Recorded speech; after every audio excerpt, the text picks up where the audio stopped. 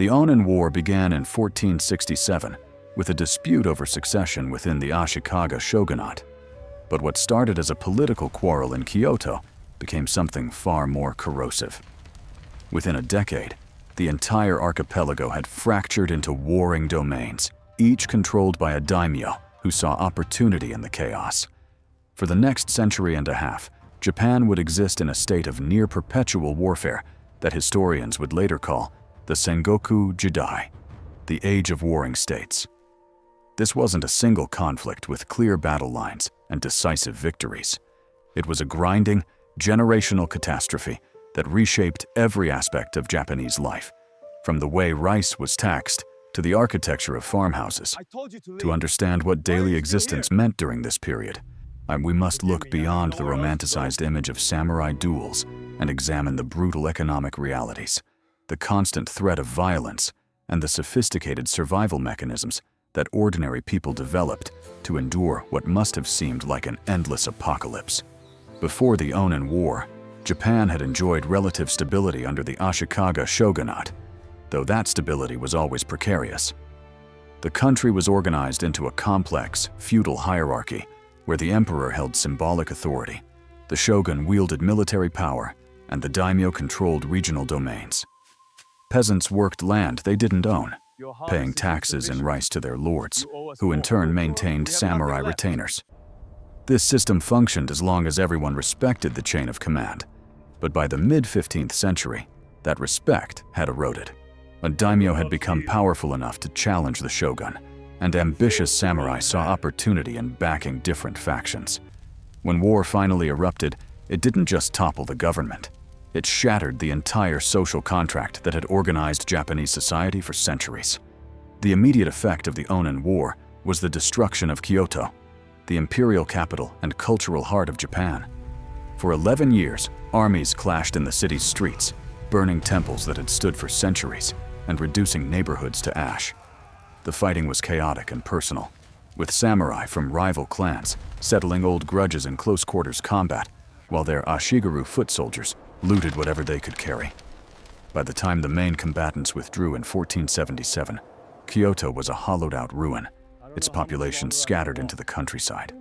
The war officially ended, but the collapse of central authority meant that provincial daimyo now operated as independent warlords. Japan had become a patchwork of competing states, each seeking to expand its territory and secure its borders, and each willing to wage war indefinitely to achieve those goals. For the samurai class, the Sengoku period represented both opportunity and existential danger. In peacetime, a samurai's status was determined by his lord's favor and his family's hereditary rank. War disrupted those hierarchies, creating pathways for ambitious warriors to rise through demonstrated skill rather than bloodline. A low-ranking samurai who proved himself in battle could be granted land, promoted to officer ranks, or even adopted into more prestigious families. This meritocratic element attracted men who might otherwise have remained farmers or monks, swelling the ranks of warriors across the archipelago. But this opportunity came at a terrible cost.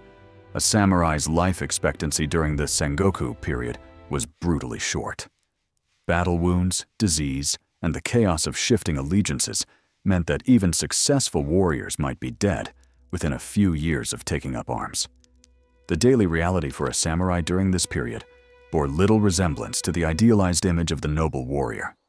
Most samurai were not wealthy aristocrats living in castles.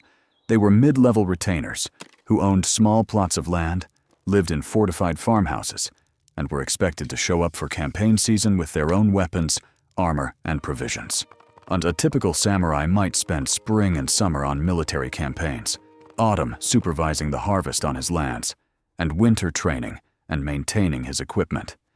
His wife managed the household in his absence, overseeing servants and making economic decisions that could mean the difference between prosperity and ruin. If the samurai died in battle, his family faced immediate crisis. Without his stipend from the daimyo, they might lose their land and status, falling into the peasant class or worse.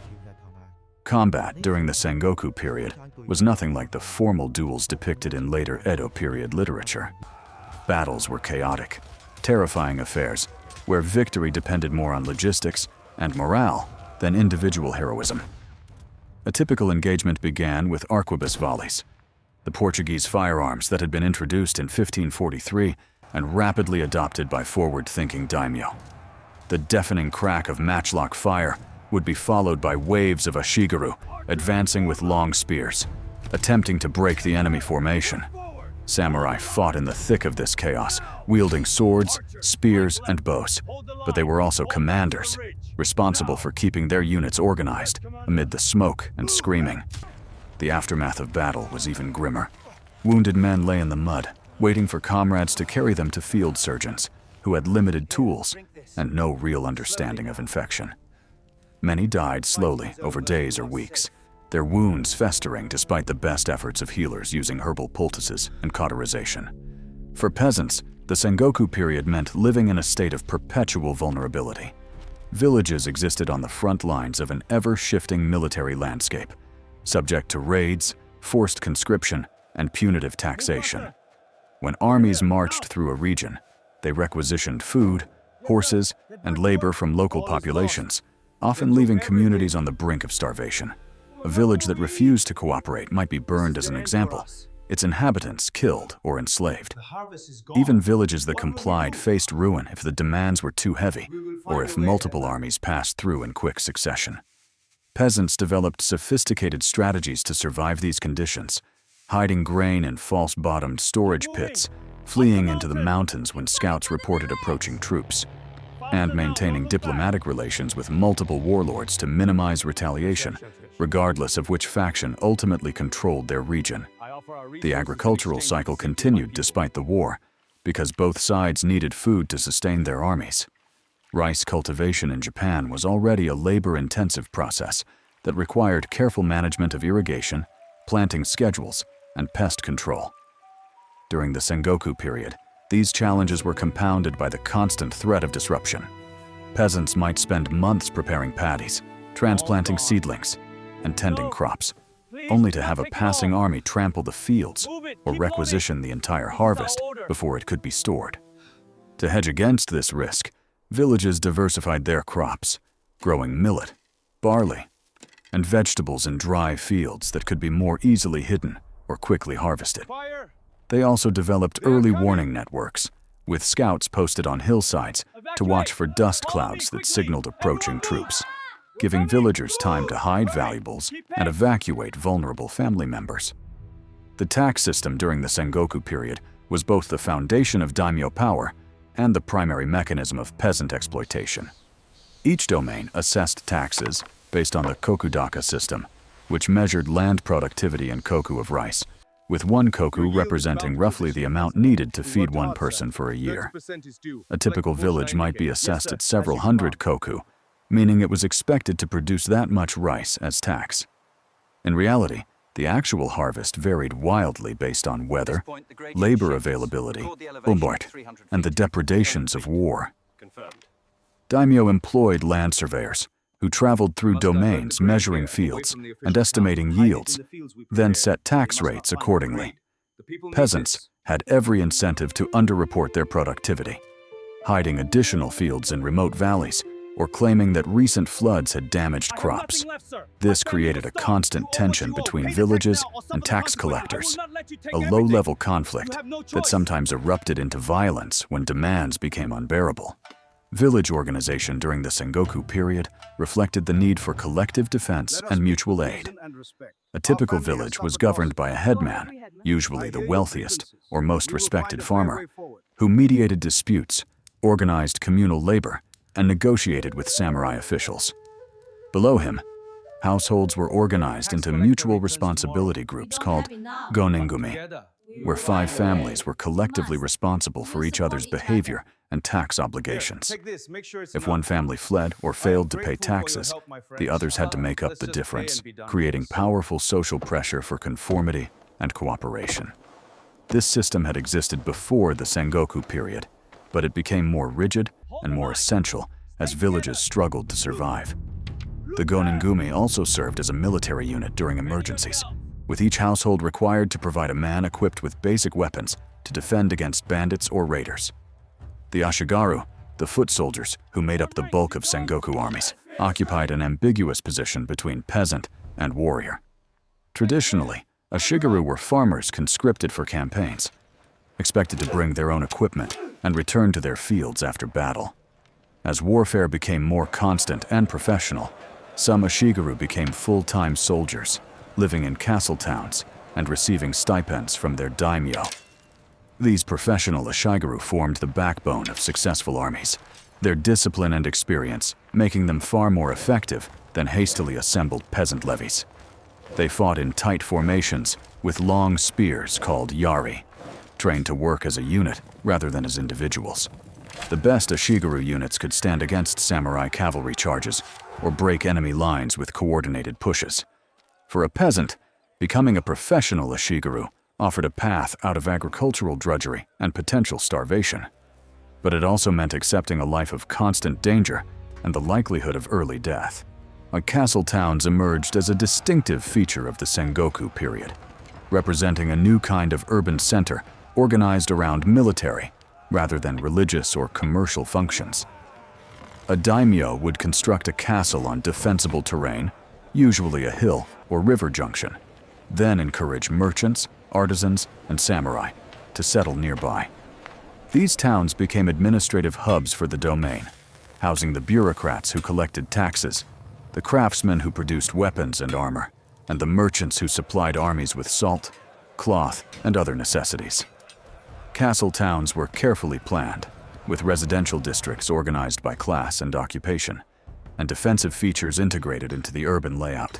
Streets were deliberately narrow and maze-like to confuse attackers, for when certain buildings were positioned to serve as strong points during a siege.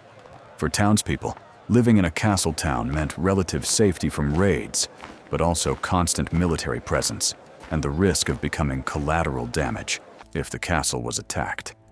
The economic disruption of the Sengoku period forced innovation in commerce and finance. With central authority collapsed, each domain developed its own monetary systems, issuing coins and establishing exchange rates that varied wildly from region to region. Merchants who wanted to trade across domain boundaries had to navigate this chaos, carrying multiple currencies and negotiating rates with officials at checkpoints. Some merchants thrived in this environment, using their connections and knowledge to facilitate trade between hostile domains, acting as neutral intermediaries who could move goods even during active warfare. Others formed merchant guilds that pooled resources and negotiated collective agreements with daimyo, offering loans or advance payment of taxes in exchange for monopolies on certain commodities. These guilds became powerful economic actors, sometimes wielding more influence than minor samurai families. Buddhism and Shinto coexisted throughout the Sengoku period, providing spiritual framework and practical support for communities under stress. Buddhist temples served multiple functions beyond religious ritual. They were schools where children learned to read and write, hospitals where the sick received treatment, and refugees where people fleeing violence could seek sanctuary. Some Buddhist sects became military powers in their own right, armed with temple complexes fortified and defended by monk soldiers, called Sohei. The Ikoiki, militant followers of Jodo Shinshu Buddhism, controlled entire provinces and fought against daimyo armies for decades, demonstrating how religious organization could translate into political and military power. For ordinary people, Buddhism offered an explanation for suffering and a promise of better circumstances in future lives, making the horrors of the Sengoku period psychologically bearable. Shinto shrines, meanwhile, remained centers of community identity, where villagers gathered for festivals and sought blessings for harvests and safety. Women's roles during the Sengoku period were shaped by the dual demands of managing households and maintaining economic stability in the absence of men. When samurai wives were expected to handle complex financial matters, negotiating with merchants, overseeing servants, and managing agricultural production on their husbands' lands. Some became skilled administrators, effectively running small estates while their husbands campaigned. In emergencies, samurai women were trained to defend their homes using the naginata, a bladed polearm that allowed them to fight from behind fortifications. Peasant women bore even heavier burdens, performing most agricultural labor when men were conscripted, while also caring for children and elderly family members. The demographic disruption caused by constant warfare meant that many villages had skewed populations, with women and children outnumbering adult men. This created communities where women carried out roles traditionally assigned to men, from heavy field work to negotiations with tax collectors. The introduction of Portuguese firearms in 1543 transformed Sengoku warfare within a generation. The arquebus, called Tanegashima after the island where the first examples arrived, was immediately recognized as a revolutionary weapon. Unlike bows, which required years of training to master, arquebuses could be learned in weeks, allowing daimyo to quickly arm large numbers of troops with effective ranged weapons. The psychological impact of gunfire was equally important. The crack and smoke of massed arquebus volleys terrified horses and disrupted enemy formations in ways that arrows did not. Forward-thinking daimyo like Oda Nobunaga built their military strategies around firearms, by training specialized ashigaru units in volley fire and constructing fortifications designed to maximize the effectiveness of gunpowder weapons. This military revolution accelerated the professionalization of warfare, as the coordination required for effective arquebus use demanded disciplined, trained soldiers rather than hastily assembled peasant levies. The concept of gekokujo, the overthrow of superiors by subordinates, became a defining feature of Sengoku political culture. In a stable feudal system, loyalty flowed upward from vassal to lord in an unbreakable chain. The Sengoku period shattered that assumption. Ambitious retainers assassinated weak daimyo and seized power, justifying their actions through demonstrated military success. This created a Darwinian environment where only the most capable and ruthless leaders survived. But it also meant that no alliance was permanent and no position was secure.